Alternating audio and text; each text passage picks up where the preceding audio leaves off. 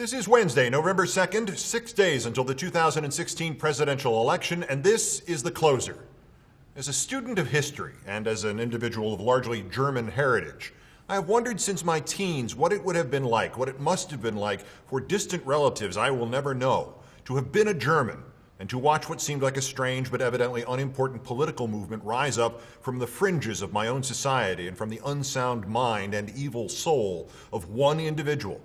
What would it be like to watch a man laughed at more than feared, spewing bizarre but hardly earth-shattering invective year after year in the shadowy corners, and then to see him in real time and in my native language double down on his rhetoric and hate and convoluted revenge fantasies, and then triple down on them and quadruple and quintuple? What would it have been like to watch in amazement from your home, from the only society you and your family had ever known, to see the country you thought you knew react not with trebled laughter and quadrupled outrage, but with growing acceptance and enthusiasm? What would it be like to see and hear in your own language and own time the hate in which the man trafficked and the power he sought to usurp become part of your daily life? What would it be like to hear a demagogue, a monster in the making, campaigning for office and promising to disband opposition parties and jail the opposing candidate? What would it be like to hear those who follow him see their most secret violent fantasies coming to life, burnished with the authenticity and the authority of a man who had moved the bar between right and wrong towards himself, who could with a few words validate their desires to hate and exclude and kill? What would it be like to see it unfold in preliminary elections and in ever-increasingly fevered rallies as millions handed over their votes, never dreaming that they would be repaid only with fear and privation and death and the destruction of their own country? What would it be like to watch as the sober agencies of government gradually became corrupted, first to influence the outcomes of elections, then to separate a minority from the day-to-day life of my country, then to remove them to camps and uncertain fates there? What would it be like to watch as the police became first militarized and then politically aggressive and partisan, to figuratively then literally adopt the logos and the clothing of the rising mob? What would it be like to watch the figure at the center of this ever-darkening storm begin to promise accords on my behalf, on my country's behalf, with the dictators around the world? What would it be like, and when would it have hit home, that what I was watching was no longer politics nor the governance of a country, but the normalization of repression and horror? All this I have wondered for decades. What would it be like to see my country devolve and deteriorate from democracy to mindless, soulless cult worship? Thanks to Donald Trump, I am getting the chance to find out. Last Saturday, a rally goer in Phoenix spits at the media pen and starts shouting, "Jew-SA, Jew-SA." He's captured on video as he does so.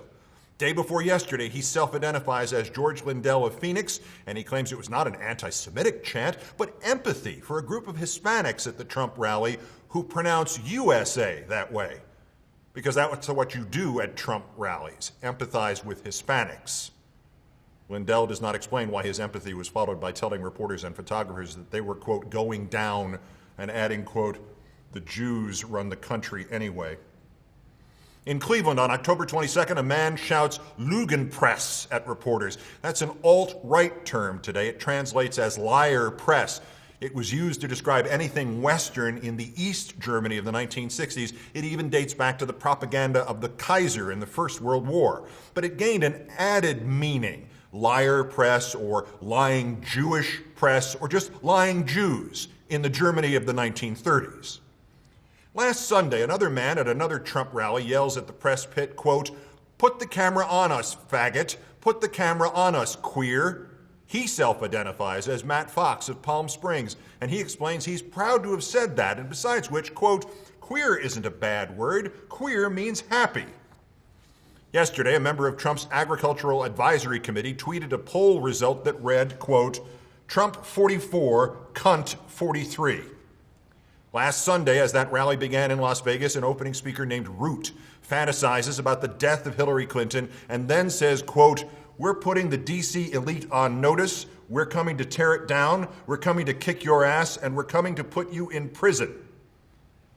Since a year ago, June, and in the campaign that has followed, Trump crisscrossed the country in an airplane, descending from the clouds into the arms of growing numbers of fanatics at ever larger rallies. He gave them a positive message, promising something for everyone, and then ascended back into the clouds. A week ago tonight, he descended at Kinston, North Carolina, his plane taxiing towards the crowd of fanatics. A huge spotlight was directed on the door right next to the giant letters spelling Trump, and he walked down the airport stairs and began to speak.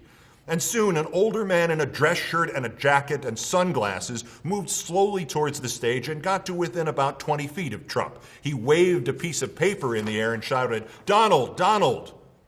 Trump spotted him, pointed him out to security, and as the man was removed, Trump said, quote, "We have a protester. By the way, were you paid $1,500 to be a thug? You can get him out. Get him out. Out!" Trump went on to riff about what a disgrace it was and how tough his people are.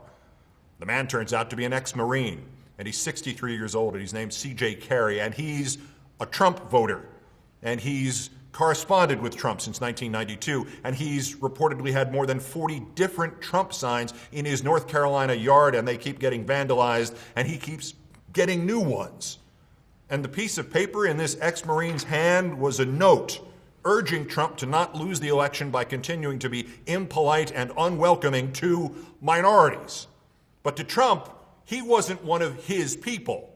As Mr. Cary approached him, Trump did not see the veteran, nor a pen pal, nor a man with 39 or 40 Trump yard signs, nor a supporter. All Trump saw was that Mr. Cary is African American. So Trump called him a thug.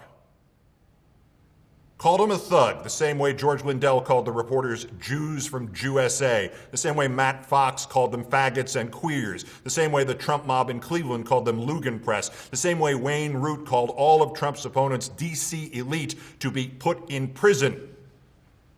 What would it like to see my country devolve and deteriorate from democracy to mindless, soulless cult worship?